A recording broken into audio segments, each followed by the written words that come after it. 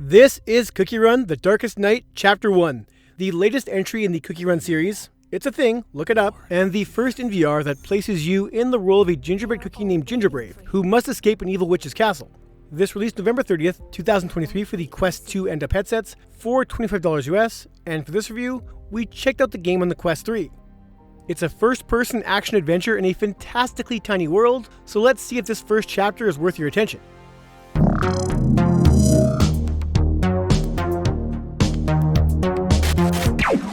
Hello adventurers! Before we get to it, if you enjoyed this review, don't forget to hit that like button, subscribe, and leave us a comment with your thoughts on this release.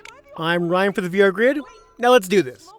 To my recollection, I've never heard of the CookieRun franchise, as it's been largely a free-to-play collection of mobile games covering a few different genres dating all the way back to 2009.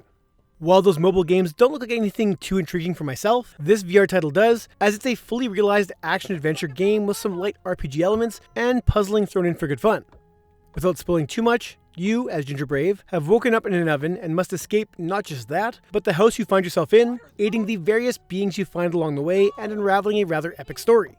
Like many games, the opening stage acts as your intro to the story and controls, having you escape that oven by walking, climbing ladders, and attacking some stationary spores with your candy cane. While you may free roam any of the stages, your max walking speed isn't very fast, and the smooth turn option, even set to max, is way too slow, forcing me to turn in real life so I didn't feel like a walking tank. Climbing is also a little too finicky, and my hands often got caught in geometry or would randomly lose grip, causing some frustrations. Most of the stages are relatively linear and come in smaller sizes like skinny bookshelves to larger areas like a laboratory or forge, with each having some hidden sections and items to find, adding a nice layer of exploration for those looking to find everything the game offers. Hidden in every stage are some very simple stone puzzles that require you to spin a block to complete a carving, or other areas that require various rescued lifeforms to unblock them. Treasure chests are littered everywhere, with some simply needing to be opened to grab the loot, while others require keys that can be found throughout the game. Those lifeforms will also be found in various stages, trapped in a glass container that contains a mini world from which they need to be rescued. These worlds have those piranha plant-like spores and other monsters that need to be killed off before rescuing said creature and defeating a large boss that's preventing your exit. Once you rescue the little guy, their abilities can be used as specific markers to find collectibles or snag some more loot. Standing in your way are various minions that serve the Darkest Lord and can be dispatched using the various melee and slingshot weapons you can find or buy, though the combat leaves much to be desired. There's actually some depth to the combat, as your strikes will cause enemies to react to your blows, and you can block projectile attacks with your melee weapon. When enemies get low in health, a line appears before them, indicating which direction to swing for maximum damage, adding a layer of strategy to the combat that is all but rendered moot by the fact that it just devolves into a wagglefest. With many blows flinching foes, the faster you attack, the more damage you'll deal, throwing any sort of strategy out of the way in favor of just beating the enemies to the punch. Some of the larger baddies can inflict some heavy damage, which is where your slingshot comes into play, and that works well enough, I suppose. But once I learned to craft magical weapons, I only ever used my slingshot on flying enemies that were out of the range of my sword. The combat is the most disappointing aspect of this, and while it's not awful, once I was just exploding enemies and not actually battling them, fighting became mundane and got in the way of the rest of the game. Those magical weapons can be made in the Gnome Village, which acts as your hub area between stages. It's here where you can purchase items, ammo, and weapons for your journey, all of which are stored in a very clunky backpack. All the loot you collect can be spent or used here, and once I made my first magical sword, one that uses lightning, the combat fell apart as the magic seemed to stun most enemies, meaning they would never get an attack out once I started swinging. Your backpack can be accessed by pulling at the right side of your chest, while your quest book is stored on your left. There are multiple slots for the types of stuff you'll find, ranged weapons, melee weapons, quest items, and other items, and once any particular section is full, you can't drop anything else in there until you free up a slot, which can be a pain in the butt, as I have found myself dumping healing items in favor of keys to open chests on many occasions. That almost doesn't matter though, as I rarely took much damage, which is a good thing, as the healing meat jelly, essentially a drumstick, would almost never heal me as I tried to bring it to my mouth, practically shoving my controller into my face in the hopes the game registered what I was trying to do. Eventually I got it to work, but it seemed completely random when it did, so something here needs to be fixed. Like I said though, I rarely took much damage, which is indicated on a cartoonish smartwatch on your left wrist, which will sometimes also direct you to your next goal.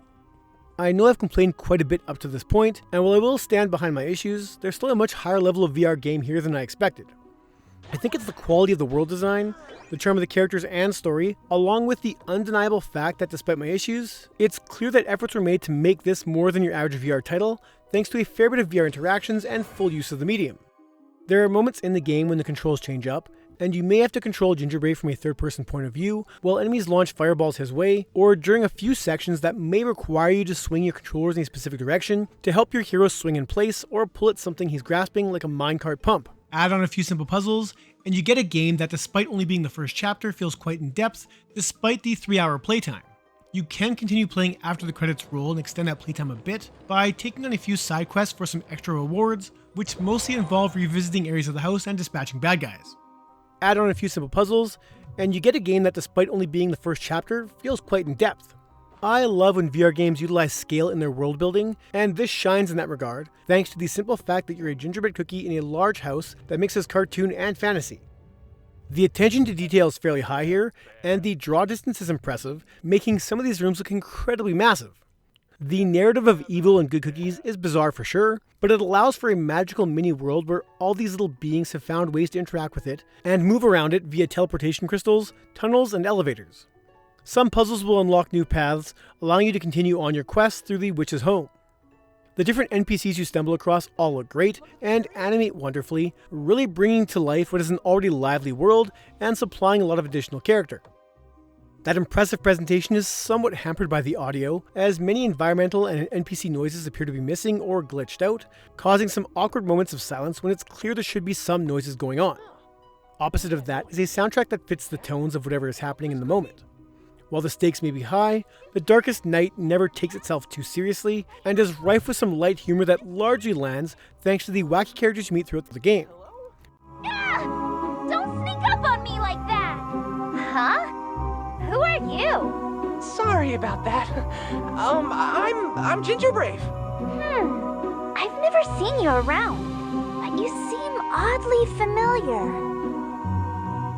Nope, shush! For now, step back. I'm in the middle of an extremely delicate experiment.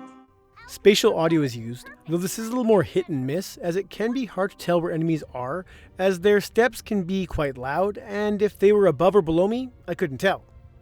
Outside of that, though, is a game that surprised me with just how much care and quality has gone into the world design. It just needs some TLC here and there. I'm not going to say this is a great game, it's not, but it has some solid bones and is a surprising and addictive adventure despite the lackluster combat and other minor shortcomings. It might be a little on the childish side when it comes to any individual aspect of the game, but the overall package here is a surprisingly solid one. It is a little unfortunate then that it took me around 3 hours to get through the main story, making the asking price on this a tough pill to swallow, even with the additional post-game side quests. With the second and third chapters coming next summer and winter for less than half the cost of Chapter 1, or so I'm told, it might be in your best interest to wait until you pick this up on sale, or perhaps in a complete bundle. I'm going to give CookieRun The Darkest Night Chapter 1 a 6.5 out of 10. I'm actually invested in seeing where this goes. I just hope they drop the price so more people will pick this up. If you enjoyed this review, why not do all the YouTube things to help us out? And that's it for this one. Thank you so much for watching.